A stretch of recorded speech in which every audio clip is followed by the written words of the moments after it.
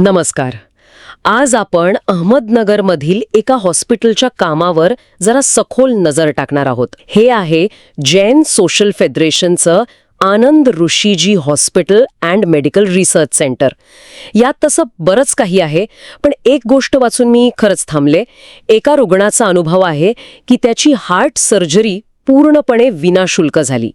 हे ऐकून मनात पहिला प्रश्न येतो की हे शक्य कसं आहे. म्हणजे एकीकडे तुम्ही लाखो रुग्णांवर उपचार करता आणि दुसरीकडे इतक्या मोठ्या शस्त्रक्रिया मोफत करता. हे सगळं गणित जुळतं कसं? मला वाटते आजच्या चर्चेत आपण याच प्रश्नाचं उत्तर शोधायचा प्रयत्न करूया. हो, आणि हा खूपच महत्वाचा मुद्दा आहे. कारण ह्या एका अनुभवामध्ये ना त्या संस्थेचं संपूर्ण मॉडेल दडलेलं असू शकतं. म्हणजे फक्त आकडेवारी न पाहता त्या आकड्यांमागची जी कार्यपद्धत आहे ती समजून घेणं जास्त रंजक ठरेल. बरोबर. चला तर मग सुरुवातच त्या आकड्यांपासून करूया, कारण तेच या सगळ्या गोष्टीचा पाया आहेत. या हॉस्पिटलनी आजपर्यंत तब्बल 14,81,000हून जास्त बाह्य रुग्णांवर उपचार केले आहेत, म्हणजे ओपीडी. 14 लाखांपेक्षा जास्त? हो, आणि 2,42,000हून जास्त अंतर रुग्णांवर, म्हणजे आयपीडी. हे आकडे प्रचंड आहेत. यातून एक गोष्ट अगदी स्पष्ट होते की हे अहमदनगर शहरापुरतं मर्यादित रुग्णालय नाहीये, तर हे संपूर्ण जिल्ह्यासाठी आणि कदाचित आसपासच्या भागांसाठी सुद्धा एक मुख्य आरोग्य केंद्र आहे.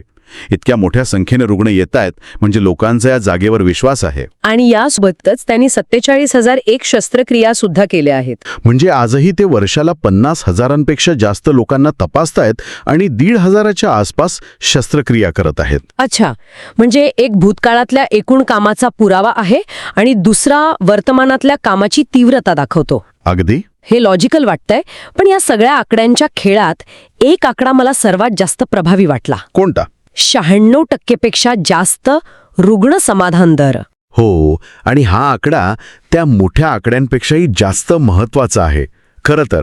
कारण बघा, वर्षाला लाखो लोकांना सेवा देणाऱ्या ठिकाणी व्यवस्थेवर प्रचंड ताण असतो. अशा वेळी प्रत्येक रुग्णाला समाधानी ठेवणं हे खूप मोठं आव्हान आहे. 96% समाधान दर हे दाखवतं की त्यांची प्रक्रिया केवळ मोठी नाही तर प्रभावी सुद्धा आहे. मग प्रश्न हाच आहे की एवढ्या मोठ्या प्रमाणात लोकांना उत्तम सेवा देण्यासाठी त्यांच्याकडे नक्की आहे तरी काय? म्हणजे केवळ चांगली नियत असून तर चालणार नाही ना, त्यासाठी तशी यंत्रणा पण लागेल ना. अगदी बरोबर. आणि इथेच त्यांच्या सुविधा आणि तंत्रज्ञानाचा भाग महत्वाचा ठरतो. ते त्यांच्या कार्डियाक केअर युनिट म्हणजे CCU बद्दल सविस्तर माहिती दिली आहे. हो, की तिथे 10 बेड आहेत जे अत्याधुनिक मॉनिटर्स आणि व्हेंटिलेटर्सनी सुसज्ज आहेत. पण त्यात एका पेडंट सिस्टमचा उल्लेख आहे. मी याआधी हॉस्पिटलच्या संदर्भात हा शब्द कधी ऐकला नव्हता. ही नेमकी काय सिस्टम आहे? पेडंट सिस्टम ही एक खूप विचारपूर्वक केलेली रचना आहे.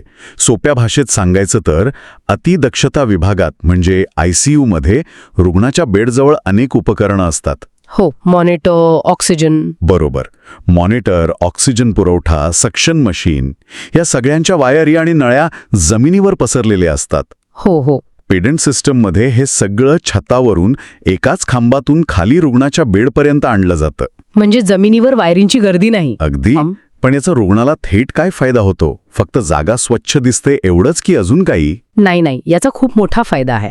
पहिलं म्हणजे यामुळे जंतू संसर्गाचा धोका कमी होतो, कारण जमिनीवरच्या वायरींवर धूळ आणि जंतू सहज जमा होतात. खरंय. दुसरं, आणीबाणीच्या परिस्थितीत डॉक्टरांना आणि नर्सेसना रुग्णापर्यंत पोहोचायला अडथळा होत नाही. अच्छा, ते वायरींमध्ये अडकून पडण्याचा धोका टळतो. बरोबर. आणि तिसरं म्हणजे रुग्णाच्या नातेवाईकांनाही तिथे वावरायला थोडी मोकळी जागा मिळते. म्हणजे ही फक्त एक सोय नाही तर रुग्णाच्या सुरक्षेशी जोडलेली एक महत्वाची गोष्ट आहे.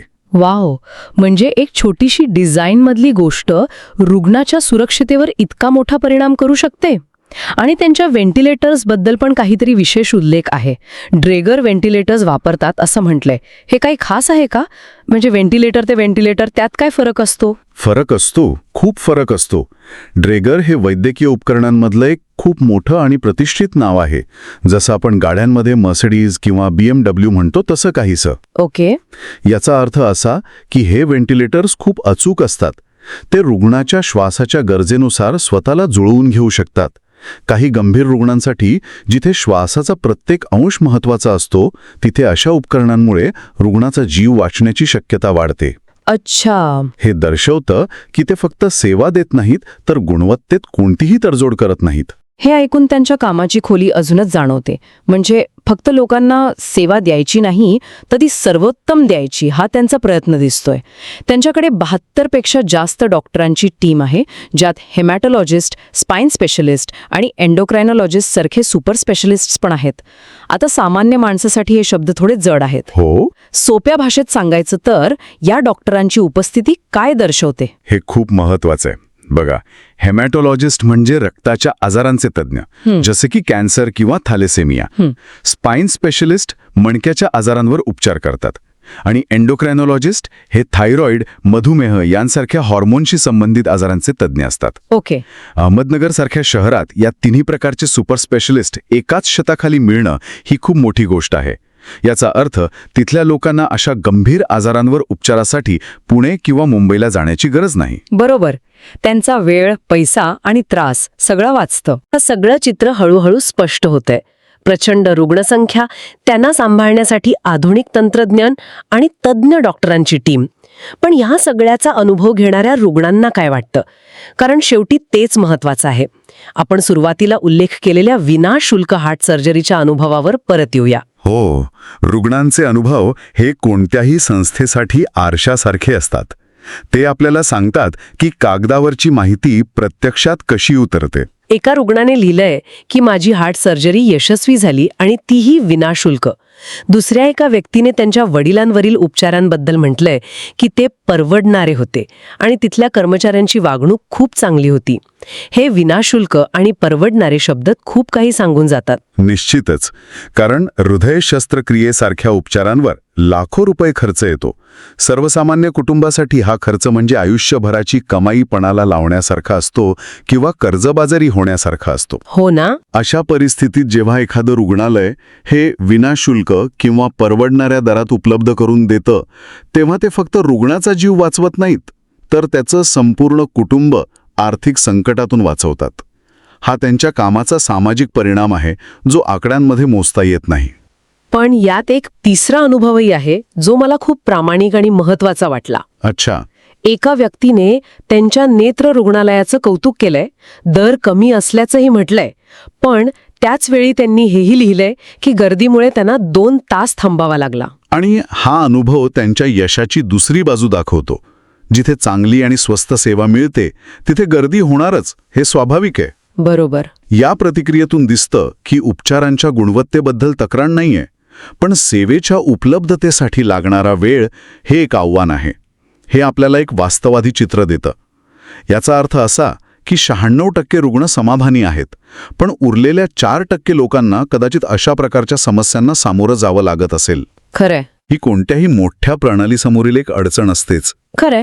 तर या सगळ्या चर्चेचा सार काय? आपण सुरुवातीला विचारलेल्या प्रश्नाचं उत्तर मिळालं का? की हे विनाशुल्क आणि परवडणारं मॉडेल चालतं कसं? मला वाटतं याचं उत्तर एका शब्दात नाहीये, तर त्यांच्या संपूर्ण कार्यपद्धतीत आहे.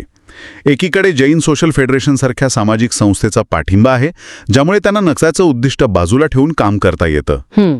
दुसरीकडे त्यांच्या कामाचा प्रचंड आवाका आहे. जेव्हा तुम्ही लाखो रुग्णांवर उपचार करता, तेव्हा इकॉनॉमी ऑफ स्केलमुळे प्रत्येक उपचाराचा खर्च कमी होतो. बरोबर. आणि तिसरी आणि सर्वात महत्त्वाची गोष्ट म्हणजे लोकांनी दाखवलेला विश्वास. जेव्हा एखादा रुग्णालय चांगलं काम करतं, तेव्हा समाजातून देणग्या आणि इतर प्रकारची मदतही मिळत असावी, ज्यामुळे त्यांना असे विनाशुल्क उपक्रम राबवणं शक्य होत असेल. म्हणजे सामाजिक बांधिलकी, प्रचंड कार्यक्षमता आणि लोकांचा विश्वास, या 3 खांबांवर हे मॉडेल उभं आहे. हे खरोखरच प्रभावी आहे. बरोबर.